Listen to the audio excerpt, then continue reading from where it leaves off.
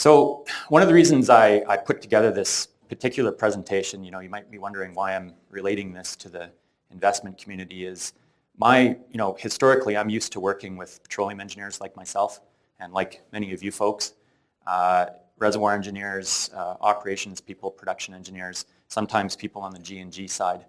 And it's not until recently in the past few months or so, we've started to be approached by private equity folks and other investment community people asking us some questions. And we've done some project work in that area. And it kind of got me to thinking, how does the area of my expertise, the subsurface disciplines, technical disciplines, how does that relate, or how can we bridge that gap sort of to the financial community?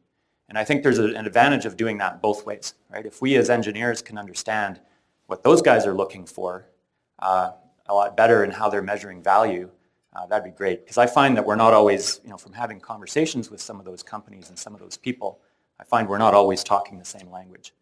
And vice versa, it provides a tremendous amount of value to them to understand our science a little bit better, and specifically, how we can use our knowledge as petroleum and reservoir engineers to better educate them and help them, guide them to make better decisions.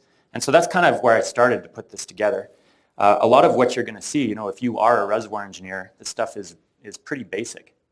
But I was sort of astonished to find that a lot of people that are responsible for very large portfolios and in the investment community don't know some of this stuff. So what I wanted to do was put together a presentation that really talks about how to identify the most common fallacies when we're looking at sort of market research material, investor presentations, things like that.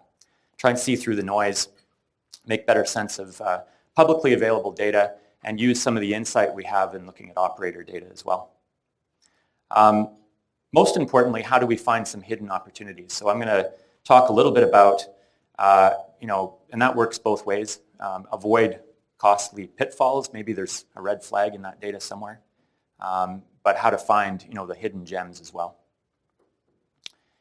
And understand how reservoir value translates into market value. And then, sometimes that doesn't happen, right? Like sometimes, when we talk about good reservoir management, that's not always necessarily rewarded. And I'll give you some examples of that.